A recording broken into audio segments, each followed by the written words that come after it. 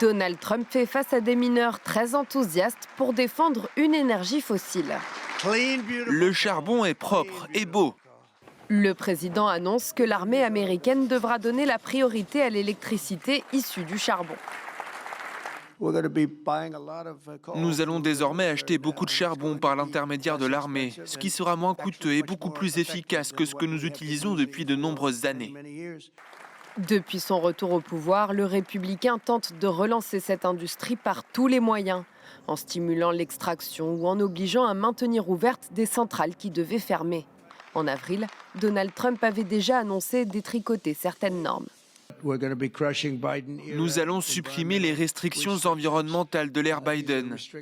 Ce sont ces restrictions qui ont rendu impossible toute action liée à l'énergie, même au-delà du charbon. Donald Trump mise sur le charbon pour alimenter les centres de données très énergivores et gagner la course à l'intelligence artificielle. Une politique qui va à l'encontre de l'évolution du secteur de l'énergie aux États-Unis. En 2023, le charbon représentait 16% de la production totale d'énergie, contre 50% en 2000. Cette énergie très polluante était remplacée peu à peu par les énergies renouvelables. Face au président américain, le GIEC alerte. Si nous voulons limiter le réchauffement climatique à 1,5 degré, les mesures à prendre sont évidentes.